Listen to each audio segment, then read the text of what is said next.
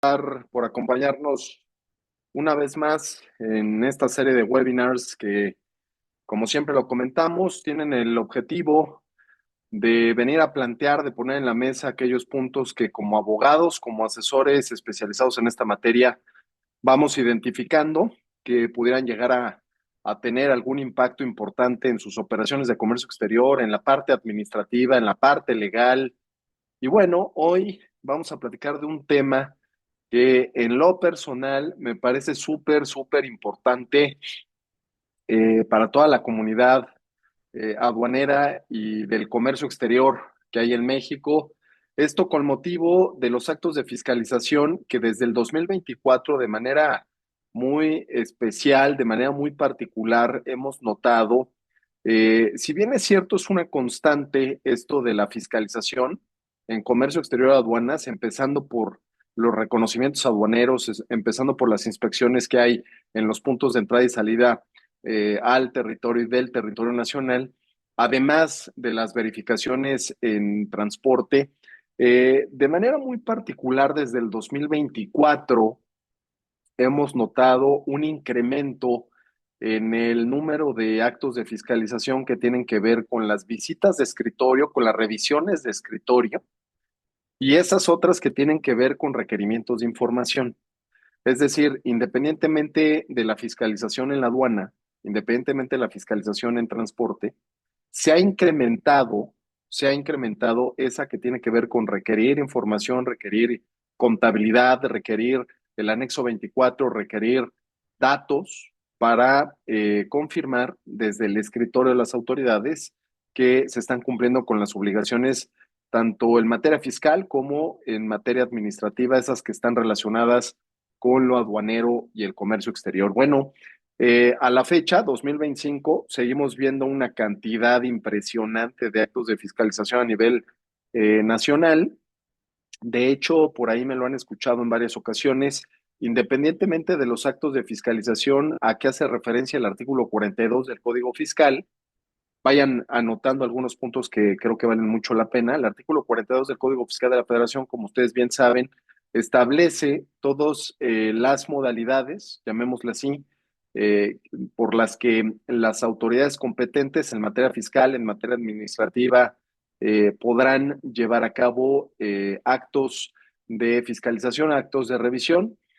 Cuando me refiero a en materia administrativa es porque siempre tiene un alcance en cuanto a las obligaciones administrativas a las que se refiere la propia ley aduanera, independientemente de confirmar que la parte procesal en materia administrativa específicamente, esa que tiene que ver con resoluciones, avisos automáticos o a todo aquello que hacemos con otras dependencias como COFEPRIS, PROFEPA, Economía, etcétera, pues desde luego está gobernado desde la Ley Federal del Procedimiento Administrativo. Pero cuando me refiero al 42 del Código Fiscal de la Federación, es porque no solamente cabe la fiscalización que tiene que ver con el pago de las contribuciones relacionadas con el comercio exterior que se pagan en las aduanas, sino también con todas esas otras formalidades que tienen que ver con controles administrativos, de donde emana, ¿no? Prácticamente el cumplimiento fiscal. Y me refiero de forma muy particular, ¿no? A manera de ejemplo, eh,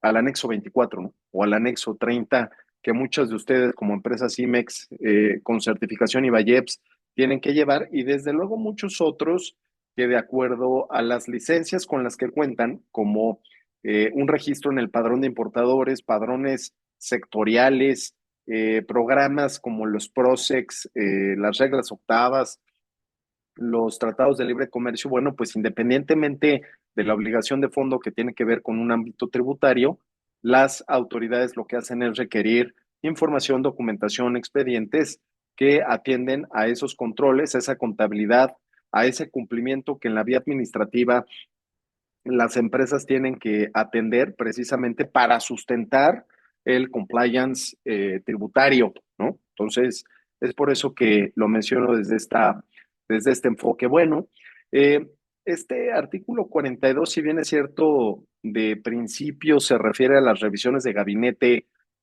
también a las visitas domiciliarias sorpresivas, que ojo con esas, que prácticamente se practican sin avisar, ¿no? O sea, el día que llegan, ese día tocan, abren la puerta y entran, se introducen a las instalaciones en donde se encuentra la maquinaria, el equipo, las mercancías.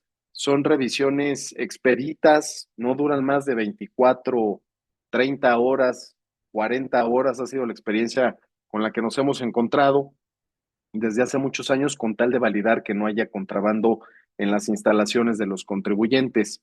Si bien es cierto, repito, todas estas, hay revisiones electrónicas, ¿no? De las últimas modificaciones que ha tenido ese propio artículo 42. Si bien es cierto, hemos estado acostumbrados desde hace muchos años a atender este tipo de facultades, lo cierto es que por ahí la Administración General de Auditoría de Comercio Exterior, la famosa AGACE, por conducto de las reglas del título 7, ha establecido otro tipo de inspecciones, otro tipo de verificaciones que son tendientes a ir a supervisar el cumplimiento, repito, de gran parte de las obligaciones que en materia administrativa deben de llevar a manera de control las empresas IMEX con certificación IVAIEPS, precisamente a cambio de conservar los beneficios, ¿no?, que emanan de dicha certificación.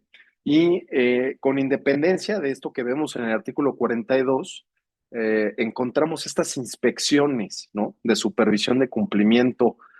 Nosotros hemos comentado en distintos foros que nos parecen ilegales, que nos parecen incluso inconstitucionales, por la forma en la que están establecidas en las leyes, por esa forma que tiene que ver con que no necesariamente formalmente es un ejercicio de facultades de comprobación. Sin embargo, se practican todos los días, se practican a nivel nacional y están dando como consecuencia hoy, actualmente, los inicios de procedimiento de cancelación de las famosas certificaciones IVAIEPS. Quiero decirles que tenemos experiencia con algunos clientes en donde se practicó la inspección de supervisión de cumplimiento en el 2022, en el 2023 y está llegando en 2025 la notificación esa que tiene que ver con un inicio del procedimiento de cancelación de la certificación IVAIEPS correspondiente a esa inspección que se realizó años atrás. Ojo con esto, ¿eh? Ojo con esto, en donde pareciera que lo atendiste en 2022, pareciera que lo atendiste en 2023 y que después de que ya pasaron algunos meses, incluso años, y no te ha llegado ninguna resolución al respecto, ninguna comunicación de parte de la autoridad, pues pareciera que saliste bien, con buenos resultados, ¿no?, de esa inspección, lo cual no necesariamente es cierto, y hoy se están reviviendo precisamente para iniciar procedimientos de cancelación. Bueno, pues ante toda esta clase de actos de fiscalización, no se diga las famosas cartas invitación que constantemente también a todos o a muchos de ustedes les está llegando. Precisamente por eso organizamos el webinar de esta mañana, para platicar precisamente de lo que vemos, ¿no? Como este tipo de inspecciones de supervisión de cumplimiento que consideramos incluso pudieran llegar a resultar ilegales, inconstitucionales, pero que se están practicando y que están causando afectaciones a las empresas, principalmente con certificación IVAIEPS. Esto sin menoscabar las facultades que tienen que ver con el artículo 42 del código, en donde, fíjense, por el lado del 42 del código encontramos las revisiones de gabinete que tienen que ver con comprobar si retornaste la mercancía al extranjero y si no la retornaste al extranjero, en esa virtud vendrán las sanciones crediticias por una omisión en el pago de las contribuciones, en su caso del cumplimiento de regulaciones y restricciones no arancelarias, mercancía con plazos vencidos, entre otros, ¿no? Eso por cuanto hace al gabinete. Pero por cuanto hace a las inspecciones de supervisión de cumplimiento, esas, si bien no necesariamente están relacionadas con la omisión tributaria, con la omisión de contribuciones, sí, repito, en un ámbito administrativo están sancionando, iniciando procedimientos de cancelación de la certificación IVAIEPS, lo que para muchas empresas en México es un elemento muy importante en su estrategia de comercio internacional. Perder, pues, la certificación IVAYEPS es una situación que le puede causar muchísimos problemas, principalmente financieros para cualquier corporación. Si bien es cierto, la certificación IVAYEP siempre se ha relacionado con beneficios fiscales. En el fondo, esto tiene que ver con grandes beneficios en la parte financiera, que prácticamente es uno de los pilares de mayor importancia para cualquier organización, ¿no? O sea, tener flujo para poder llevar a cabo tus operaciones, incluso para incentivar el desarrollo, el crecimiento empresarial, pues es necesario. Ese que, gracias a este tipo de certificaciones, se puede lograr, razón por la cual se tienen que conservar estas licencias. Bueno, pues para poder conservar estas licencias no solo se necesitan controles de cumplimiento muy efectivos, sino también saber hacerle frente a los actos de fiscalización. Voy a apagar la cámara por cuestiones de señal, de repente se pone lenta la señal, y sobre todo porque les voy a enseñar un documento que preparé para todos ustedes a manera a manera de ejemplo. Miren, eh, quiero decirles de un caso muy particular que voy a utilizar a manera de ejemplo para esto que tiene que ver con la atención de los actos de fiscalización. Les quiero compartir un documento que creo que va a ser muy útil para todos los que estamos en esta sesión, porque me doy cuenta que no estamos atendiendo de forma adecuada los requerimientos que nos hacen las autoridades, sobre todo esos que tienen que ver, voy a poner como ejemplo el anexo 24, pero que sirva de ejemplo para todos aquellos otros actos de fiscalización que tienen que ver con un determinado compliance en materia aduanera y comercio exterior. Pero repito, que sirva solo como ejemplo para esta sesión, esto que retomaré del anexo 24. César, ¿me podrías, por favor, serías tan amable de confirmar si se está viendo en la pantalla? Compartí el documento, pero no sé si se esté viendo, César. ¿Me Sí, ayudas, por favor? sí, se ve el Código Fiscal de la Federación. Se ve el Código Fiscal de la Federación. Perfecto. Entonces, dime algo, querido César, porque creo que yo no lo estoy viendo de este lado. Dice Código Fiscal de la Federación y viene un número romano número 9, ¿cierto? JSS 132, es una tesis. Sí, correcto. Perfecto, muchas gracias. Pues vámonos todos. Si ya todos lo tienen en su pantalla, vámonos a revisar este documento, que es como me quiero ir basando para poder transmitir con claridad esto que tiene que ver con cómo atender los actos de fiscalización. Miren, acaba de salir una tesis de jurisprudencia muy importante. No tiene más de mes y medio que esto se dio a conocer por parte del Tribunal Federal de Justicia Administrativa. Me parece muy interesante hoy darla a conocer en este webinar, porque independientemente de que guarda completa relación con el tema, me parece que también va a servir de actualización para todos ustedes de este tipo de información que no en muchas ocasiones atendemos. O sea, estamos muy metidos en la ley aduanera, estamos muy metidos en las reglas de comercio exterior, que incluso se acaba de publicar la tercera resolución de modificaciones, pero en pocas ocasiones tenemos acceso a información relacionada con esta materia que tenga que ver con el ámbito jurisdiccional. Miren, me voy a permitir leer esta tesis, que repito, es una tesis de jurisprudencia para todos aquellos que estén después de esta sesión interesados en tener esta información, con gusto se las hacemos llegar. Pero prácticamente lo que nos dice es lo siguiente: establece que es ilegal el requerimiento por parte de las autoridades fiscales en forma de integración especial, tal cual como en algunos casos lo piden, sobre todo cuando hacemos referencia a la fracción segunda del 42 en tratándose de revisiones de gabinete. ¿Qué te quiero decir con esto? Que hay autoridades últimamente les ha dado, tienen la costumbre de decirte en el requerimiento de información cómo quieren que les entregues los datos, cómo quieren que les entregues la información en cuanto a una integración específica de información. Ellos te dicen cuál es el layout que tienes que entregar en un formato Excel, Y en caso de que por alguna razón ellos consideren que la información que les presentaste no cumple con el formato que ellos requirieron dentro de los oficios, será suficiente como para que te digan que no pueden revisar la información o que no le entienden y dado que no pueden revisarla en virtud de que no fue presentada en el formato que ellos requirieron, pues se presume que hay un incumplimiento de fondo respecto del retorno, en este caso, ¿no? De las mercancías al extranjero en tiempo y forma, pero puede ser lo mismo respecto del cumplimiento fiscal de cualquier obligación a la que se haga referencia, ¿no? A lo que me refiero en términos generales es que actualmente las autoridades están pidiendo, están requiriendo información al amparo de layouts que, como lo dice esta tesis de jurisprudencia, resultan ilegales esos layouts, esos formatos que la propia tesis jurisprudencial los reconoce como integraciones especiales, en donde la autoridad te dice, intégrame la información, esa que tiene que ver con el cumplimiento de tus obligaciones, intégramela bajo la siguiente forma, bajo la siguiente manera.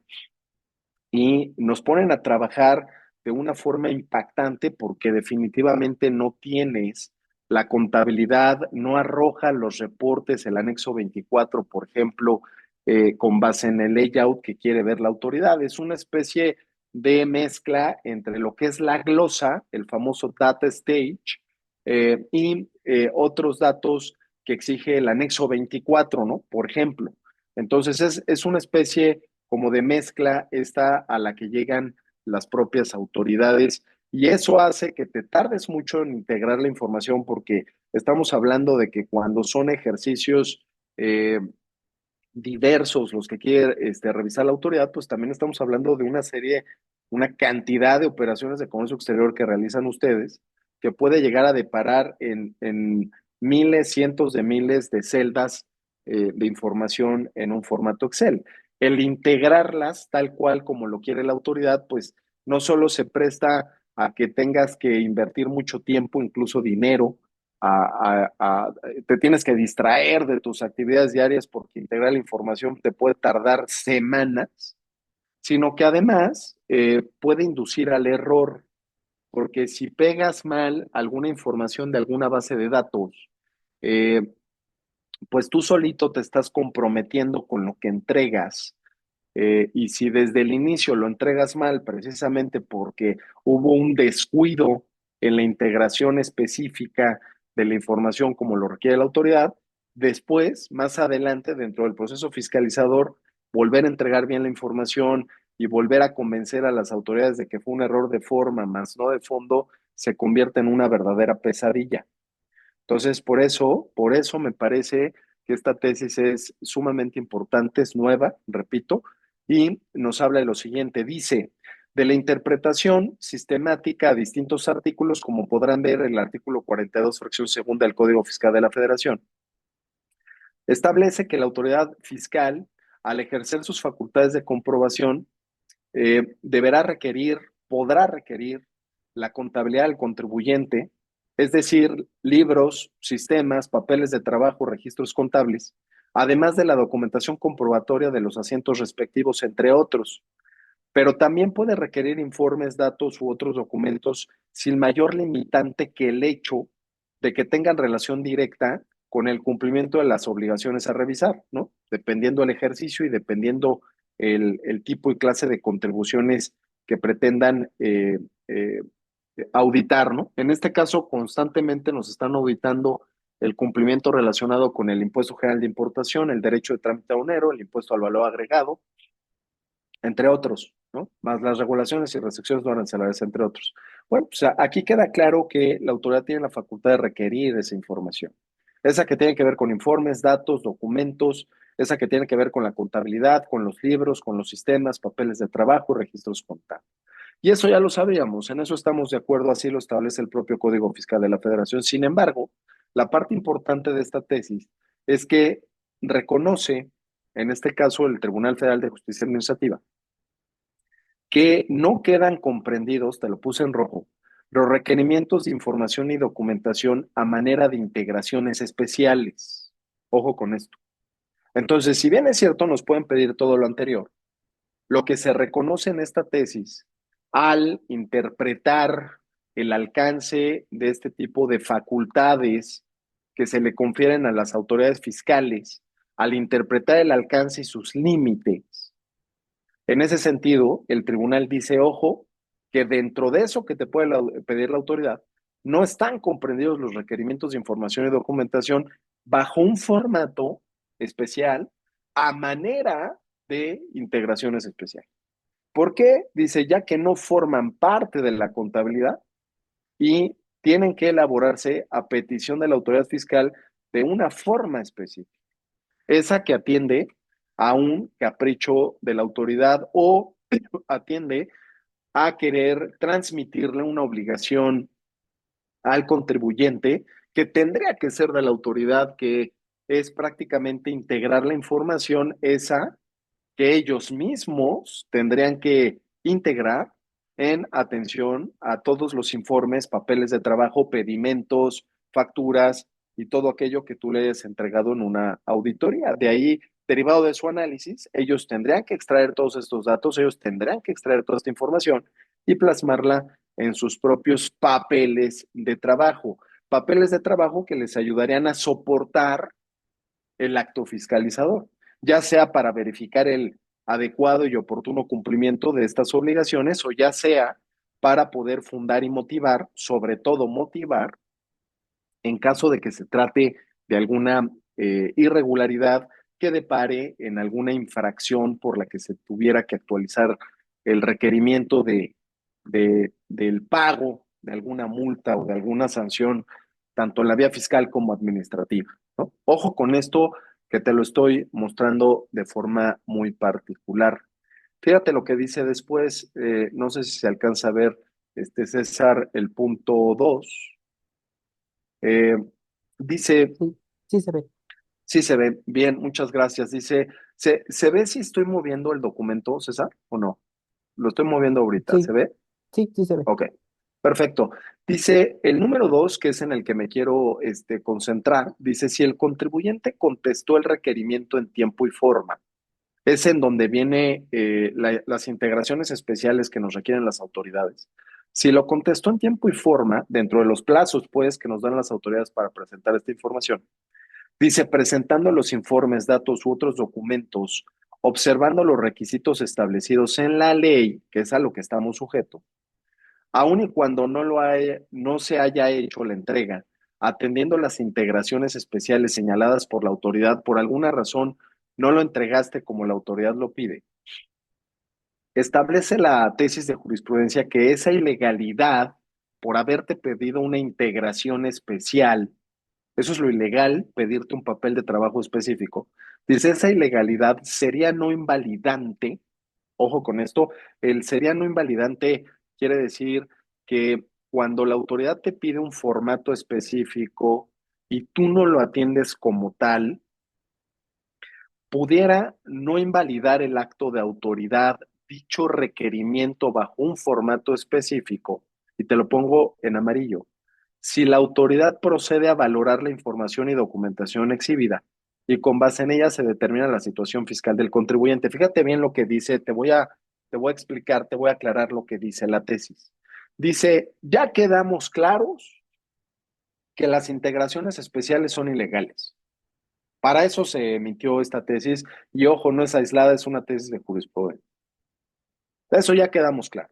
Ok, pero la propia tesis dice, ojo, por el simple hecho de que la autoridad te pida una integración especial, por el simple hecho de que así venga en el oficio, si bien es cierto, es ilegal esa parte del oficio, lo cierto es que esa ilegalidad pudiera no invalidar los efectos del acto de fiscalización. O sea, aun y cuando existe esa ilegalidad al pedirte una integración específica, la autoridad no perdería fuerza su acto de fiscalización, aun y cuando sea ilegal el requerimiento de una integración especial.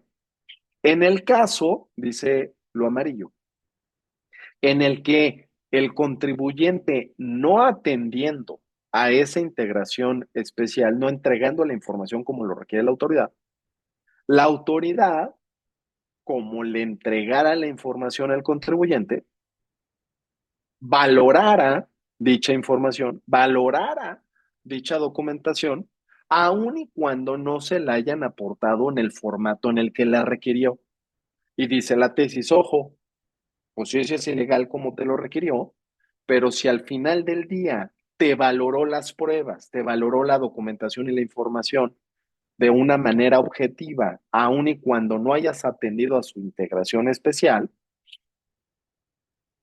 pues esa ilegalidad no invalidará la fuerza del acto fiscalizador. ¿Y por qué no lo va a invalidar? Porque aun y cuando sea ilegal, finalmente la autoridad sí revisó tus pruebas, sí revisó la información, sí revisó y le dio un valor a lo que aportaste, aun y cuando lo aportado no cumpliera con ese layout, ¿no? Entonces, en ese sentido, la tesis es muy clara.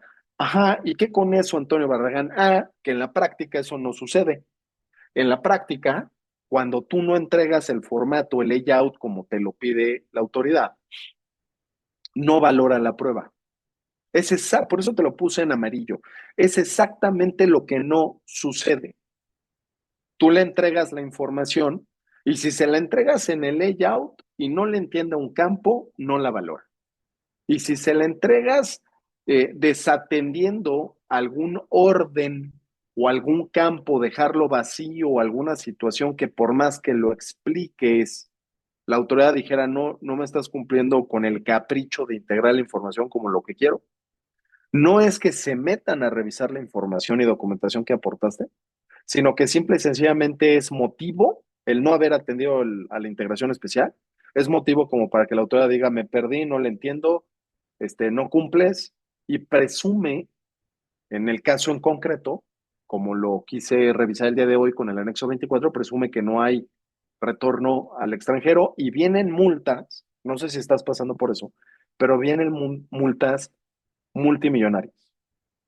Estamos atendiendo asuntos de arriba de 1,000 millones de pesos, de arriba de 2,000 millones de pesos por un presunto no retorno al extranjero, lo que provocó una omisión de 2019, 2020, 2021 de Impuesto General de Importación, DTA, IVA, multas, actualizaciones, recargos, imposibilidad material, entre otras, ¿no?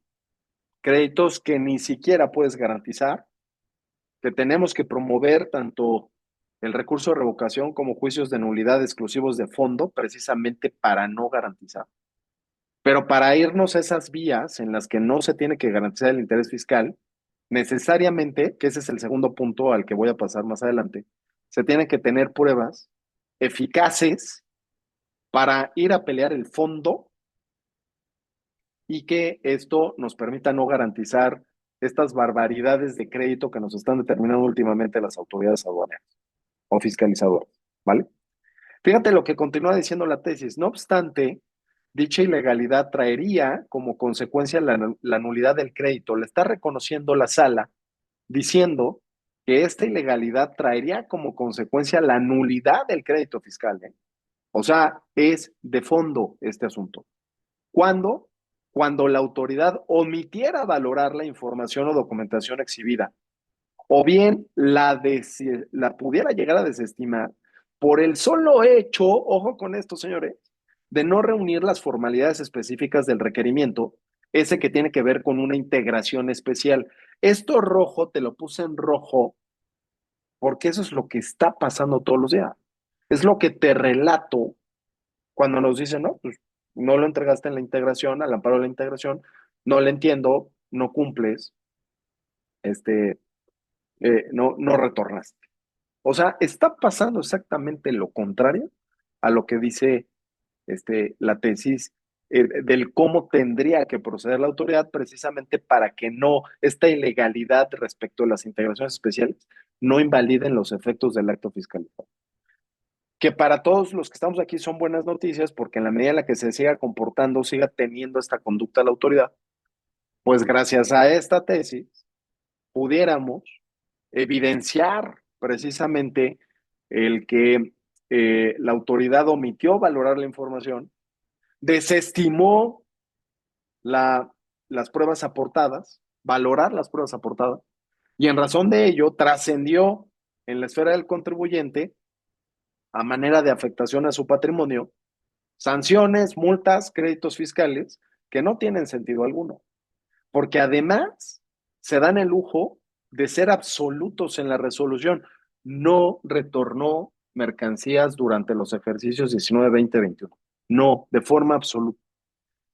O sea, ni un alfiler retornaste. Por más que haya pedimentos de retorno, por más que haya facturas al extranjero, por más que haya cartas porte, por más que ha habido veces que hasta ofrecemos como prueba el entry summary del lado americano, ¿no? Como prueba, como espejo de que no solamente con el RT se retorna al extranjero la mercancía, sino que además con la entrada a Estados Unidos se recibió la misma mercancía en el extranjero, ¿no? Bueno, ni así, ni así. Bueno, qué bueno que vienen este tipo de tesis, que vienen a marcar diferencias importantes para estos efectos, ¿no? César, confírmame por favor que se está viendo otra tesis que dice detalle tesis, por favor, materia de ley aduanera. Sí, sí se ve. Muchas gracias. Bueno, habiendo dicho esto, señores, también quiero dejar claro, quiero señalar las deficiencias con las que el contribuyente, en este caso la CIMEX con certificación IVA-IEPS, atienden los requerimientos de fiscalización. ¿Y por qué les digo esto? Porque cada vez que nos piden información, repito, esto lo puedes traducir a la materia de valoración aduanera, por si un día te piden la integración de tu valor en aduana de las mercancías, eso que tiene que ver con los gastos incrementables, con las reglas Incoterms, ¿no? Que tantas veces tienen y que últimamente están revisando esta parte relacionada con el factor seguro, o últimamente están revisando muchísimo el tema de regalías y reversiones al extranjero, que es un temazo ese también, a ver si hacemos un webinar al respecto, porque está habiendo actos en ese sentido, ¿no? Lo que te quiero decir es que cuando presentamos la información, esa que tiene que ver con regalías por uso o explotación de marcas, esa que tiene que ver con factores para determinar un valor provisional en virtud de una póliza anual de seguros, esa que tiene que ver con ajustes a los valores en aduanas, o en este caso, la que tiene que ver con el anexo 24. Por lo regular, sus asesores o por lo regular ustedes mismos, lo único que hacen es presentarle al SAT un reporte de descargo, un reporte de descargo. Y me vas a decir, oye, espérame, Antonio, no es que yo quiera presentar ese reporte de descargos y ya, es que eso es lo único que me piden y me lo piden bajo una integración especial como lo acabamos de ver en la tesis. Sí, estoy de acuerdo con ustedes que en muchas ocasiones lo que requiere la autoridad no es lo suficiente para validar el cumplimiento de fondo. Lo entiendo bien, ¿no? Lo entiendo bien. Sin embargo, ustedes tienen que estar preparados, por eso estamos haciendo este webinar. Ustedes deben estar preparados para atender adecuadamente el ejercicio de facultades de comprobación y asegurarse que las autoridades van a tener todos los elementos probatorios para poder llegar a una conclusión objetiva respecto del cumplimiento de tus obligaciones. Y si en este caso estamos hablando de que la obligación tiene que ver con acreditar el retorno al extranjero de las mercancías importadas temporalmente, no es suficiente, y para eso les muestro también esta tesis, no es suficiente presentando un reporte de descargo. ¿Por qué? Porque un reporte de descargos para confirmar que dice la verdad, para verificar que un reporte de descargos no está mintiendo, no es suficiente con entregar el reporte de descargos y el reporte de saldo. Por supuesto que no, porque esa contabilidad puede ser manipulada por el contribuyente. Y si no fue manipulada por el contribuyente, por la IMEX con certificación IVA-IEPS, puede atender a errores en el registro y clasificación de los datos dentro del sistema de control de inventarios automatizado. Y en esa virtud, arrojar reportes que no atienden a la verdad, esa que tiene que ver con el cumplimiento de obligaciones de empresas IMEX y Bayers. Entonces, para no desatender adecuadamente el acto de fiscalización, independientemente de lo que nos exijan, ustedes se tienen que asegurar, en virtud de esta tesis que también les presento hoy, se tienen que asegurar de otorgarle a la autoridad todos los elementos de convicción, esos que tienen que ver con catálogos, esos que tienen que ver con reportes de entradas, de salidas, esos que parten del propio data stage, ojo con eso, que deberían de partir del data stage, que tienen que ver con reportes anuales presentados ante la Secretaría de Economía, que tienen que ver con declaraciones anuales relacionadas con el impuesto sobre la renta, que en un conjunto de informes, datos, reportes, catálogos, estructuras de materiales, reportes de desperdicios, entre otros, repito, pudiesen estar concatenados, la información tiene que estar concatenada, tiene que estar ligada una con otra, para poder generar convicción y una vez generando convicción, se le pueda dar valor al reporte de descargo. Es decir, ¿cómo traducir el data stage, ese que viene a nivel fracción arancelaria? ¿Cómo traducirlo a un control de inventarios que ustedes administran, gestionan con números de parte, con SKUs, con items? Debe haber una traducción de la fracción arancelaria y esa traducción de la fracción arancelaria se atiende con los catálogos de productos y materiales, materiales y productos. Y se lo tienes que enseñar y se lo tienes que presentar hacia la autoridad, se lo tienes que explicar hacia la autoridad, porque partimos de un data stage en donde está la verdad de las operaciones de comercio exterior que se hacen en este país todos los días.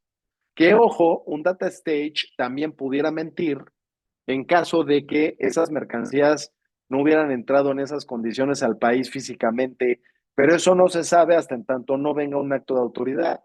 Esos que de pronto se dan en los reconocimientos aduaneros o en las verificaciones en transporte, en donde se detectan mercancías de más, mercancía de menos, mercancía distinta a la declarada, entre otros. Pero en tanto esas revisiones no las haga la autoridad ni tampoco las haga el contribuyente por falta de control de cumplimiento, pues definitivamente lo único a lo que se le puede prestar atención con apariencia de verdad es al data stage.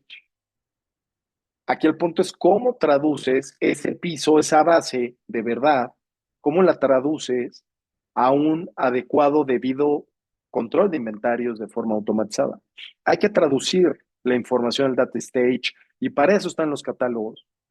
Y ojo, esos catálogos se tienen que elaborar no solo con base en lo que se señala en el anexo 24, sino con base en los BOMs de materiales. La autoridad no se puede meter a los BOMs de materiales salvo que desahogue una pericial de tu proceso productivo para validar si los datos de consumo son los adecuados. En tanto eso no lo haga, los BOMs de materiales son tus BOMs de materiales. Esos BOMs que atienden a tu proceso de manufactura, los consumos dentro de tu proceso de manufactura, que vendrán detallados con sus unidades de medida, cuáles las que maneja el área de producción, y si estos pudieran ser distintos a las unidades de medida que requiere el anexo 24 para esos catálogos, tendrán que venir las equivalencias. Y esas equivalencias las tendría que entender la autoridad en los catálogos y tú se los tendrías que explicar cuando presentes las pruebas en atención a los requerimientos en el acto fiscalizador, con tal, ¿no?, de confirmar que los catálogos, si bien es cierto, cumplen con anexo 24, pues al mismo tiempo atienden a las estructuras de materiales, con los ajustes que tengan que venir al respecto, con tal de que la autoridad identifique fracción con número de control interno, con ítem, con número de parte, como le quieras llamar, y cómo se relacionan a nivel consumo, unidades de medida, dentro de los procesos de consumo o de integración en los productos de exportación. Solo así, repito, entre muchos otros factores importantes, se le puede dar credibilidad a un reporte de descargo. De otro modo, un reporte de descargos no hace prueba plena por sí mismo. Y ahora súmale que ese reporte de descargos, tu software lo reporta, lo emite bajo un determinado layout, ese que además tienes que cambiar porque no atiende a las integraciones especiales que de acuerdo a la tesis con la que empezamos a platicar, nos requiere la información en los actos de fiscalización, las autoridades aduaneras o fiscales. Entonces, no solo la prueba por sí misma, cuando solo presentas un reporte de descargos, es insuficiente para acreditar el cumplimiento de la obligación, sino que además, al traducirla al formato que te pide la autoridad, te pierdes.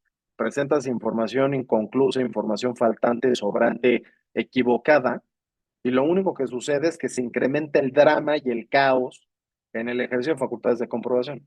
Y se vuelve complicado algo que tendría que ser muy concreto, algo que tendría que atender a la transparencia en ese tracking, vamos a llamarle así, de entradas y salidas, acreditando de forma automatizada el método de primeras entradas, primeras salidas. Fíjate lo que te dice esta tesis. Dice el artículo 59 de la Ley Aduanera establece que quienes introduzcan mercancías bajo el régimen de importación temporal están obligados a llevar sistemas de control de inventarios en forma automatizada. Y te habla de un montón de reglas y de artículos que son los que sustentan esta obligación y llega incluso al método PEPS, como lo acabamos de comentar hoy. Lo que nos interesa es después del punto seguido. Por tanto, para acreditar en juicio, ojo con esto, en juicio, y por lo tanto, si lo acredita en juicio, lo tiene que acreditar en el ejercicio de facultades de comprobación, en el gabinete o en el que te estén ejerciendo. Por lo tanto, para acreditar en juicio que las mercancías que fueron importadas temporalmente se utilizaron en el proceso de maquila para haber sido incorporadas a un producto final terminado, que con posterioridad fue exportado al extranjero, ojo, es indispensable exhibir no solo los reportes del sistema de control de inventarios en forma automatizada, es decir, no solo el reporte de descargos. Y fíjate, va más allá la tesis. Y dice, y no solo también la documentación que alimentó al sistema de control de inventarios, los pedimentos, las facturas. Dice, como son el listado de materiales, catálogos de importaciones, exportaciones, lista de saldos, pedimentos de importación y exportación, etcétera. Y fíjate la parte más importante, ¿no? Que en esa parte nos concentramos nosotros normalmente con nuestros clientes, en donde dice, sino que además deberás de ofrecer una prueba pericial con las preguntas idóneas, esas que tiene que constar un perito, que entienda del anexo 24 y que haya revisado la información con la que se alimentó el anexo 24 para poderle dar certeza mediante el desahogo y atención de preguntas a través de la prueba pericial. Ojo con esto, que se tendría que ofrecer desde la vía administrativa. Si no la valoran desde la vía administrativa, que es lo que normalmente sucede, eso te da mayores elementos para llegar a la vía jurisdiccional, haciendo valer este tipo de tesis. Pero en muchas ocasiones nos hemos dado cuenta que ya están en juicio nulidad y desde el procedimiento de origen, que fue el procedimiento fiscalizador, no se atendió adecuadamente el requerimiento de información para que sea sustancial, oportuno, la información con la que se valida el reporte de descargo. No obstante, en muchas ocasiones ni siquiera ofrecen la pericial de anexo 24. Nosotros estamos muy acostumbrados a estar desahogando periciales de anexo 24 en juicio. Y no solo eso, estamos acostumbrados a desarrollar la prueba, esa que tiene que ver con todos esos elementos de convicción, que concatenado llegan a una conclusión, esa que tiene que ver con la validez del reporte de descargo. Continúa diciendo la tesis, lo anterior, ya que para realizar dicho análisis en color amarillo, es necesaria la intervención de un especialista en la materia. Esto en juicio se tiene que acreditar con credenciales, como perito en anexo 24, que proporciona una opinión técnica, lógica, técnica, atiende a la técnica. Lógica porque están concatenadas las pruebas. Técnica porque es un especialista en anexo 24. Lógica porque hay relación entre toda la información presentada para llegar al objetivo que es darle validez al reporte de descargos y razonada en donde expliques equivalencias, en donde expliques subensambles, en donde expliques fracciones arancelarias con números de parte, operaciones especiales, entre otros, y razonada, ¿no? Que devenga de la razón, esa matemática, esa jurídica, ¿no? Esa inferencial, ¿no? Una prueba inferencial en el fondo, sobre la correcta descarga en el control de inventarios de la mercancía importada, que no es susceptible de apreciar solo teniendo a la vista la documentación aportada por la actora. Ahora imagínate que te lo piden, si no es suficiente a simple vista con la información que se proporciona, ahora imagínate si te la piden en una integración especial, en donde la propia autoridad tampoco ni se entiende a sí misma. Lo mismo en esta otra tesis. Confírmame, querido César, si se está viendo la tesis número romano 8J2AS101, por favor. Sí, sí se ve. Gracias.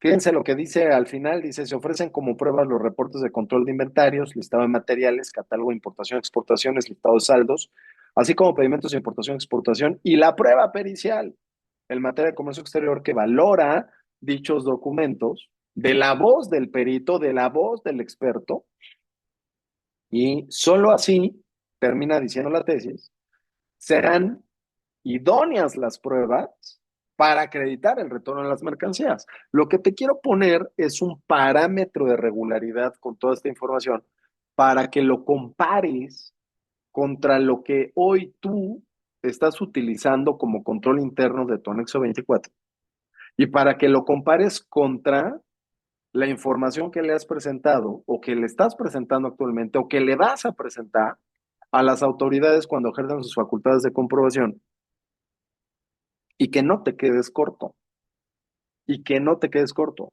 Y si en algún momento procesalmente hablando la autoridad no valora la prueba, que sepas que te estás alineando a los criterios jurisdiccionales, que en algún momento, por conducto de tus abogados, vas a tener que hacer valer y que te harán caso porque tienen fuerza jurídica estos criterios. De tu parte estará confeccionar la prueba. Pero fíjate qué tan lejos estamos de atender adecuadamente los actos de fiscalización. O sea, un poco es la ilegalidad con la que actúan las autoridades, como ya lo vimos en la tesis que acaba de salir, y otro tanto es la ineficacia de parte del contribuyente en la atención oportuna y adecuada, idónea, del requerimiento que te hace una autoridad, ¿no? O sea, hay culpa de los dos lados y por eso las cosas no salen como tendrán que salir, ¿no? Aun y cuando a mí me da mucha pena ver que una empresa maquiladora, 100% maquiladora, le digan que no retornó la mercancía al extranjero, cuando es lo único que sabe hacer, cuando es lo único que sabe hacer, retornar las mercancías al extranjero. Y que le digan que no acredita el retorno porque no supo entregar la información, porque no atendió la petición de las autoridades y se perdieron en el proceso de valoración. Ojo con esto, ¿no? Bien, no sé si hasta el momento, porque quiero terminar con otro criterio importante, ya nos restan poquitos minutos, pero no sé si con esto se está quedando claro, ¿no? La importancia de esta situación. De pronto no le damos, y además siempre vamos tarde, señores. O sea, cuando lleguen los requerimientos de información, acérquense a un experto, pero no solamente alguien que sepa atender esto, sino también que se atienda en tiempo. Siempre vamos tarde con el anexo 24 y ahora súmale el que nos piden integraciones especiales, pues eso hace que pidamos prórrogas, pero pues al final del día lo entregamos mal Me pasa mucho que al principio lo entregan mal, las propias empresas dicen, lo vamos a hacer nosotros, lo entregan mal y ya que se dan cuenta que no está fácil, te mandan llamar, entramos nosotros y la cosa ya se entregó mal y ahora hay que enderezar el barco y enderezar el barco con información nueva, con pruebas nuevas, de pronto empieza a ser complicado. No, no imposible, porque la propia ley permite que se puedan volver a presentar pruebas, incluso en el recurso de revocación. Pero fíjense lo importante que es atender desde el inicio, con la visión adecuada, un ejercicio de facultades de comprobación. Otro punto que me doy cuenta es que cuando les llegan eh, cartas de invitación o requerimientos de información, los atienden como si fuera una receta de cocina. Entonces van punto por punto. Señores, tienen que atender estos actos de fiscalización, sí, punto por punto, pero vinculando los puntos, de tal forma que un punto se hable con el otro para que tenga coherencia la documentación e información aportada a las autoridades, en donde tú le tendrás que ayudar a la autoridad a llevarlo de la mano a eso que tú sabes que quiere verificar, porque ya te lo dio a conocer en la orden de visita o en el requerimiento de información, ya te dijo cuál es el alcance y cuál es el objetivo de la revisión. Entonces, dejen de ser aislados al momento de atender un requerimiento de información. Tienen que vincular de alguna forma los puntos con tal, repito, de llevar y de presentarle una explicación a la autoridad, el orientarla, ¿no? En la contestación de estos requerimientos para que llegue solita con las pruebas ofrecidas a lo que quiere encontrar y verificar en consecuencia si se está cumpliendo o no en tiempo y forma. Carla Pérez, Lick Barragán, podría proporcionarme la tesis y por supuesto se va a mandar a todas las cuentas de correo electrónico. Jorge Gómez, y en caso de no presentar la información como la solicitan, no habría revancha de la autoridad. Recordemos que la autoridad que no es prepotente no es autoridad. Y aunque hubiera revancha, Jorge, que por supuesto la hay, pero por supuesto la hay, finalmente te estás alineando a los criterios jurisprudenciales que se podrán, ante cualquier revancha, hacer valer en otra instancia. Repito, hoy estamos haciendo valer en otra instancia, por ejemplo, en el juicio de nulidad de resolución exclusiva de fondo, todos estos criterios que llegaron en muy buen momento, porque ahorita hay mucho caos en el tema de fiscalización, eh, llegaron en un muy buen momento y esto lo estamos haciendo valer ante la misma autoridad que emitió este tipo de tesis. Pues cómo desatender, cómo desapegarse de esos criterios si ellos mismos lo emitieron. Por eso consideré muy importante platicar de esto el día de hoy. Carlos Mendoza, ¿nos podría compartir esos documentos? Sí, por supuesto. Andrea Casares, hola, buenos días. Si soy una empresa MX Maquila pura, ¿es correcto estar declarando incrementables en importación CN por concepto de transfer y algunas maniobras? Sí, ¿por qué no? Esas facturas si las paga México, pero con el dinero del corporativo, ¿sí? O sea, podría ser lo adecuado, Andrea, aún y cuando no pagues impuestos. Recordemos que la conformación de la base gravable es independiente a la obligación al momento de su importación del pago de las contribuciones. Las formas de pago son las que en algún momento nos difieren la época, el momento de pago, pero eso no quiere decir que no tenga que venir adecuadamente calculado el pago que no se pagará a la entrada, pero que se puede pagar en un momento diverso, ¿no? Con tal de no afectar o intentar afectar a la hacienda pública. Habrá que ver si tiene materialidad, si tiene sustancia, Andrea, la declaración de los incrementables. Platiquemos, Andrea, rebotemos puntos para verificar que estés declarando de forma adecuada. Excelente orientación, podrán en favor enviar los documentos. Sí, correcto, ya tenemos por ahí las cuentas de correo. Bueno, este, César, se sigue viendo el documento en Word. Disculpen que esté Sí, sí se preguntando, ve. pero se está viendo la tesis 9 Romano JSS 134. Sí, correcto. Perfecto, con esta terminamos, señores. Y fíjate, esto también acaba de salir. Nos parece muy interesante esta tesis.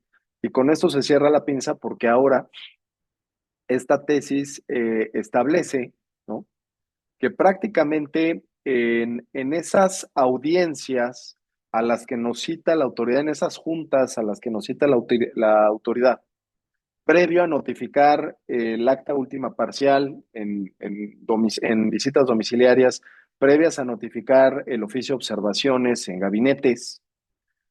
Recordarás que cita a los representantes legales de la empresa, al órgano de administración, en fin, a los datos que tú hayas dado a conocer desde el inicio, para que vayan a escuchar las presuntas irregularidades que se cometieron y se detectaron durante los ejercicios revisados eh, por estas autoridades en los gabinetes domiciliarios, etcétera, ¿no? Y vas con el representante legal que a muchos hasta les da miedo ir, ¿no? Y vas a escuchar lo que tienen que decirte previo a la notificación del oficio de observaciones y actas últimas parciales. Y es una charla en donde prácticamente te dicen qué detectaron, qué irregularidades se supone cometiste, y en algunos casos te dicen de forma verbal, te dicen cuánto debes, a cuánto ascienden las multas y el crédito fiscal y eso que se supone debes, por si te quieres corregir, ¿no? Ese es el objetivo de esa reunión con la autoridad en atención al quinto párrafo del artículo 42 del código, cuando te citan en sus oficinas para darte a conocer las irregularidades previas a la notificación del oficio de observaciones o acta última parcial. Bueno, lo que dice esta tesis y me parece muy adecuado es que si bien esa citación es tendiente a otorgar, como lo reconoce la tesis en amarillo, es tendiente a otorgar herramientas de fácil acceso a los contribuyentes para que estén en condiciones de corregir su situación fiscal como parte de sus derechos. Recordemos que la Ley Federal de los Derechos del Contribuyente, artículo 2, está el ejercicio de la autocorrección, aún iniciadas las facultades de comprobación. Entonces, si ese quinto párrafo del artículo 42 tiene por objeto el dar a conocer estas irregularidades para que tengan los elementos suficientes en una determinada etapa del proceso de auditoría el contribuyente con tal de que haga valer el derecho a la autocorrección, incluso de la mano de reducciones en multas, ojo con la Ley Federal de los Derechos del Contribuyente, pero también con la Ley Federal que tiene que ver con la ley de ingresos, perdón, la ley de ingresos de la Federación, con la Ley Federal de los Derechos del Contribuyente, son dos leyes que nos deparan en este tipo de procesos de auditoría en reducciones a multas. Esto con independencia de que en la propia ley de ingresos de la Federación para el 2025, por ahí salió un artículo que permite, ojo, la condonación no solo de multas, sino también de gastos de ejecución y, si no mal recuerdo, de recargos. Ojo con esto, siempre y cuando se haga valer hasta el mes de septiembre de este año. Es algo que estoy seguro que no se va a volver a publicar en 2026. Por eso aquellos que estén interesados pueden hacer valer este tipo de condonación en 2025, pero no excederse del mes que les estoy comentando. Cuidado con esto. Y regresando a la tesis, si bien es cierto, es una instancia para que el contribuyente se allegue de información en aras de sus derechos, como el que comentamos, de autocorrección, quiere decir que se tiene que salvaguardar, se tiene que garantizar el respeto a ese derecho, y la única forma de garantizarlo es dándole a conocer por escrito y de forma circunstanciada esas irregularidades que a la fecha solo se dicen en una mesa informal ahí en las oficinas del SAT, y te dicen que encontraron. Ellos sacan sus papeles, sacan sus documentos y te van diciendo que, y a veces dices, oye, ¿puedo tomar notas? Y te dicen, sí, mire, y hasta te dictan, ¿no? Como si fuera tu obligación el ir a tomar notas de lo que dice la autoridad. Entonces, esta tesis dice es insuficiente el irte a sentar con la autoridad si la autoridad te va a dictar y te va a decir lo que te quiera decir, y tú, o si lo anotas o si te lo grabas, y pues algunos sacan el celular para hacer unas notas, y es una cosa que atenta definitivamente contra la seguridad jurídica del contribuyente y posiblemente los datos que se dieron no son los adecuados. Y como no hay constancia por escrito, pues uno entendió una cosa, otro entendió otra, y pues eso que en su momento se establece en el párrafo quinto del 42 para salvaguardar, para garantizar el ejercicio del derecho a la autocorrección, pues lo único que genera, pues es confusión y con ello inseguridad jurídica. Entonces, en esa virtud, dice esta tesis que resultará indispensable que se levante un acta y que se le entregue copia de esa acta al contribuyente que atendió a esa junta con su representante legal, pero ojo, en esa acta de forma circunstanciada se tendrá que dar a conocer información detallada y pormenorizada, esa que tenga que ver con las presuntas irregularidades o infracciones que se hayan detectado con motivo del ejercicio de facultades de comprobación. Entonces, tienes que salir con copia de un acta circunstanciada, con información detallada y pormenorizada respecto de las presuntas irregularidades e infracciones que se cometieron hasta ese momento y que te darán a conocer por escrito dentro de los siguientes 10 días a través de la notificación del oficio de observaciones o el acta de última parcial. Pero en ese inter, gracias a esa circunstanciación de los hechos y omisiones, esos que a decir de la autoridad acreditan las hipótesis normativas de las infracciones o irregularidades por las que te haces acreedor a una sanción, pues ya tendrías que salir con ese documento por escrito y ahí es en donde otra vez, en su caso, la autoridad tendría que hablar del reporte de descargos o de las pruebas o de las integraciones. Ojo, ahí se puede hacer solita la autoridad, se puede dar un balazo en el pie diciendo que no pudo valorar la prueba porque el contribuyente no atendió a las integraciones especiales, al layout, al requerimiento bajo un layout específico. Y si eso, que eso es lo que te dicen verbalmente, ¿no? Que porque no entregaste el formato adecuado, que por eso no pudieron revisar la información.